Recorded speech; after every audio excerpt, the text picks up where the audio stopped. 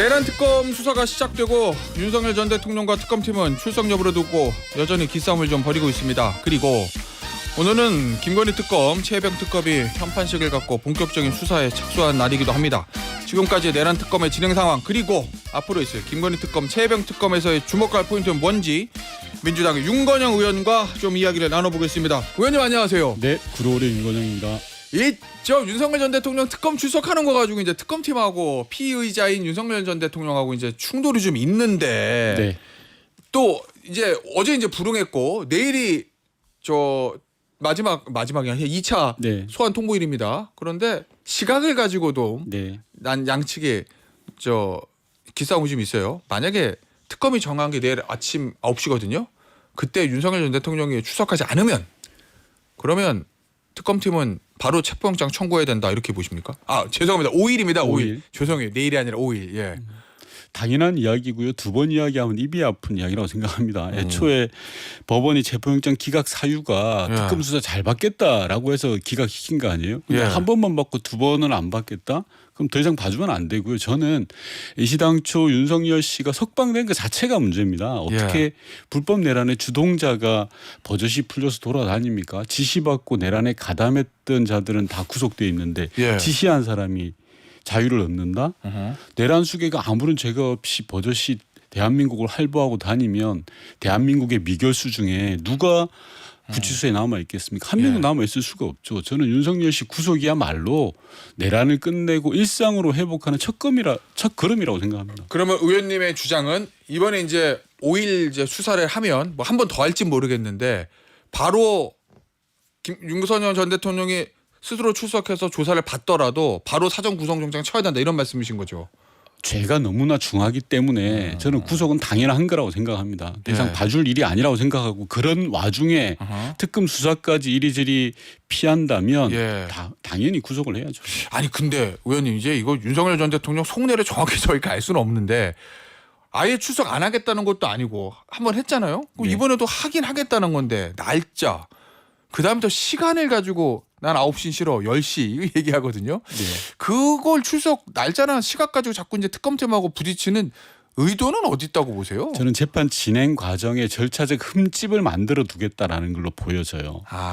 그래서 특검이 과하다는 인상을 주려고 하는 것이고 결과적으로 그래서 자기는 희생자다라는 이미지를 만드는 것이고요.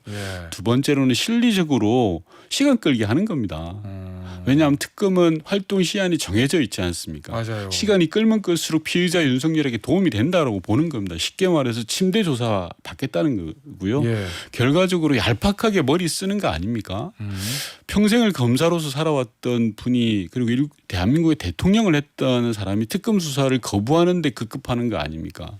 저는 정말 좀 구차한 모습이라고 생각을 하고요. 일반 자범들이 보여주는 모습들이라고 생각되어서 좀 씁쓸합니다. 이 모습이.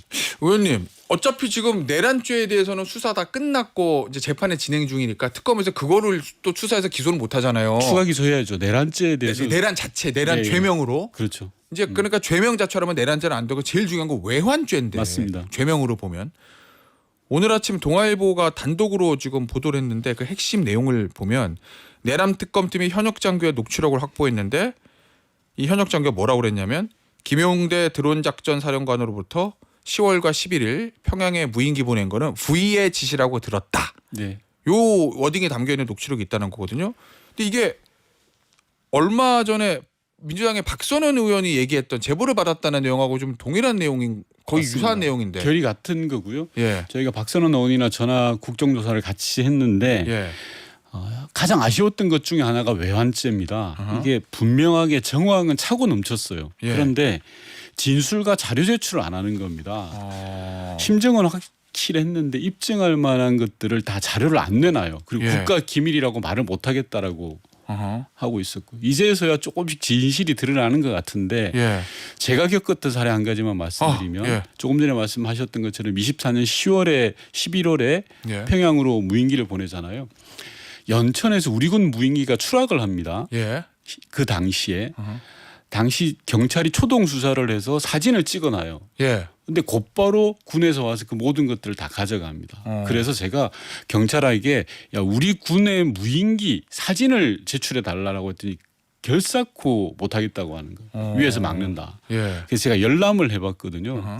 근데 그 사진 속 우리 군의 무인기가 북한이 평양에서 발견한 무인기랑 쌍둥이처럼 똑같아요. 아 그래요. 흡사해요. 예. 이게 무슨 일입니까 이게? 그럼 그것 때문에 사진이 유출되는 거 위에서 막았다 이렇게 보시는 거군요. 그럼요. 그런데도 예. 끝까지 버티더라고요. 그런데 예. 이제 그런 진실들이 이제 하나씩 나오는 거고 만약에 윤석열 씨가 자신의 이익을 도모하기 위해서 북한의 도발을 의도적으로 유도했다. 예. 전 대역죄라고 생각합니다. 전쟁을 야기한 거잖아요. 예. 그럼 비상계엄의 정당성을 확보하기 위해서 북한의 어떤 대남 도발을 유도한 거다 이렇게 보시는 거죠. 의원님. 그런 의혹들을 입증할 만한 증거들이 하나씩 지금 나오고 있는 셈이죠. 아 알겠습니다. 요거는 이제 수사를 좀 지켜보면 될 것 같고 하나 더 의원님이 예전부터 계속 많이 문제를 제기하셨던 게 이제 비화폰인데 네. 이게 사실은 윤석열 전 대통령이 파면되고 저 이제 대선 과정 뭐 이럴 때는 경호처에서 결사항전하니까 못 가져오는 게 좀 이해는 가는데 뭐 잘했다는 게 아니라 네. 지금은 정권이 바뀌었잖아요. 네.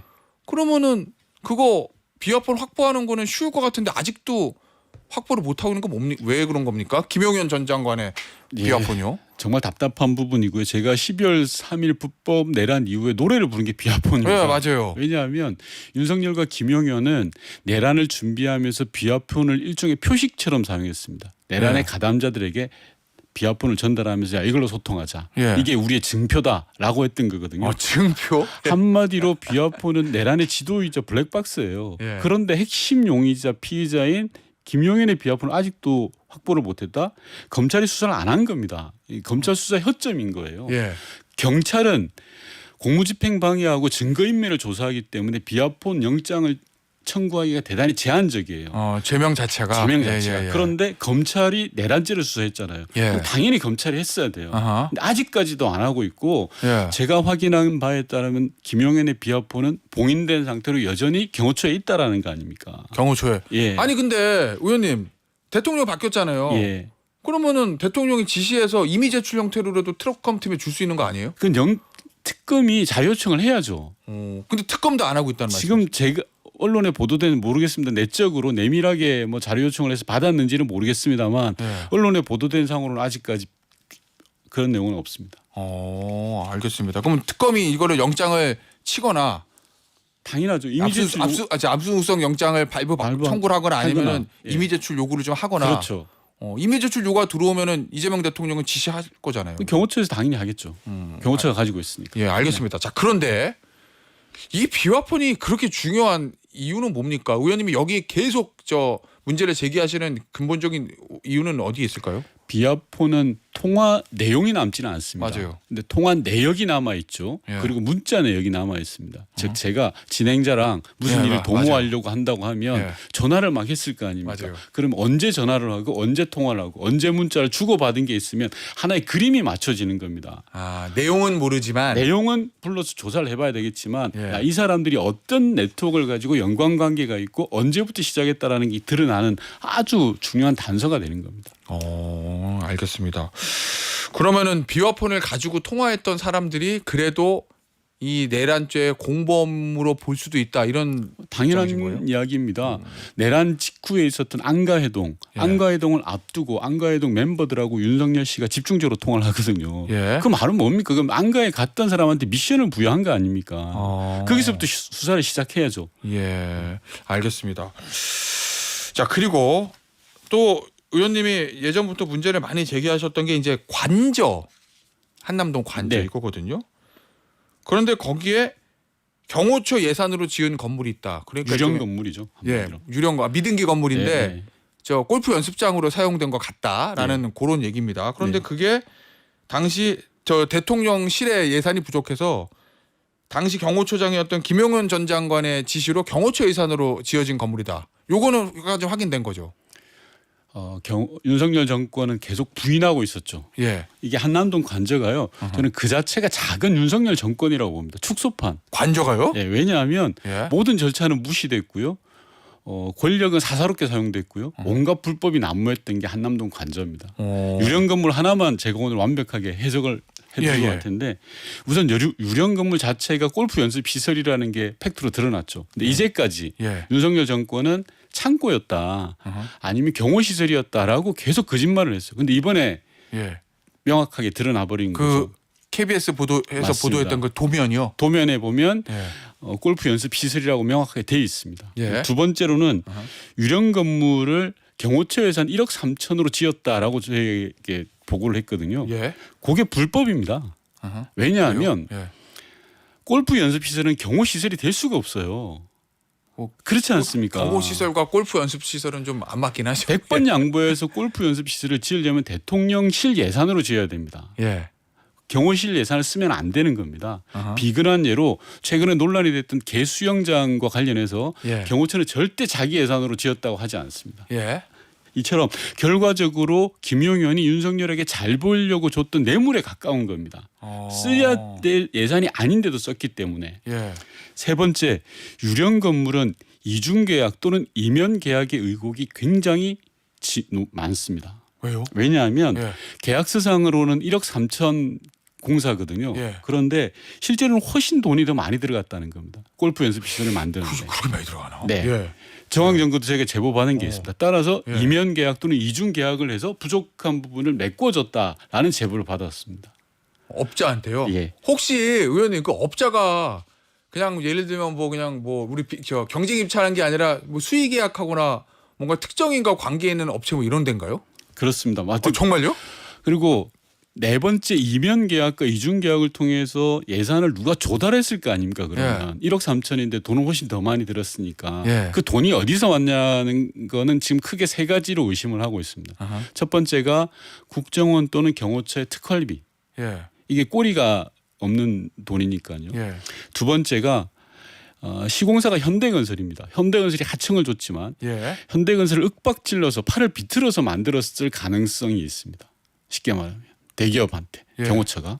예. 세 번째 좀 싸게요. 예. 아니요. 그러니까 원래 예를 들어서 한 4억짜리인데 야 1억 3천만 받고 해라고 했을 가능성이 있는 거죠. 예. 세 번째는 경호처가 불법 전용을 해서 예산에 불법 전용을 해서 예. 소위 말하는 일종의 비자금 같은 걸 만들어서 집행했을 가능성도 있습니다. 음. 그래서 이게 제가 아까 말씀드린 것처럼 한남동 관저 유령 건물 자체가 예. 윤석열 작은 윤석열 정부다 축소판이다라고 보면 됩니다. 모든 게 불법이고 예. 이 절차를 지킨 게 하나도 없어요. 그 KBS 단독 보도고 한겨레에서도 이제 공사비의 출처가 국정원 저 특활비일 가능성도 있다. 뭐 이런 제가 말씀드린 세 가지 경우의 예. 수 중에 한 가지를 한겨레가 이야기한 거죠. 근데 의원님 이제 궁금한 게 대통령 관저에 골프 연습장 만들면은 뭐 국민들이 뭐 썩 좋아하진 않겠지만 그래도 그게 아주 뭐 큰 불법은 아닌데 만약에 대통령실 예산으로 그냥 정상적으로 경쟁 입찰해가지고 골프 연습장 지었으면 큰 문제는 충분히 이야기할 수 있죠. 아니라는 거잖아요. 국민들에게 소통을 하고 예. 대통령의 체력 단련을 위해서 골프를 좋아한다. 그래서 예. 이런 예산을 만들어서 했다라고 하면 예. 충분히 용납이 되지 않겠습니까? 예. 국민들께서도. 예. 그런데 지금은 절차를 지키지 않았어요. 등기조차도 하고 예. 무허가입니다.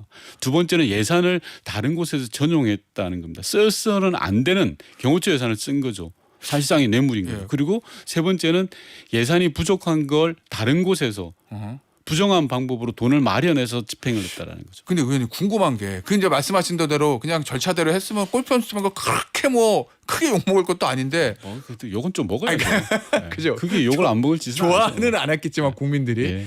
이렇게까지 하는 이유는 그럼 뭐라고 왜 이렇게까지 했다고 보세요, 의원님? 거짓말이 쌓이니까 거짓말로 거짓말을 덮은 겁니다. 처음에 제가 골프 연습 시설을 문제 제기했을 때 예. 정진석 전 비서실장이 뭐라 그랬냐면 창고다 그랬습니다.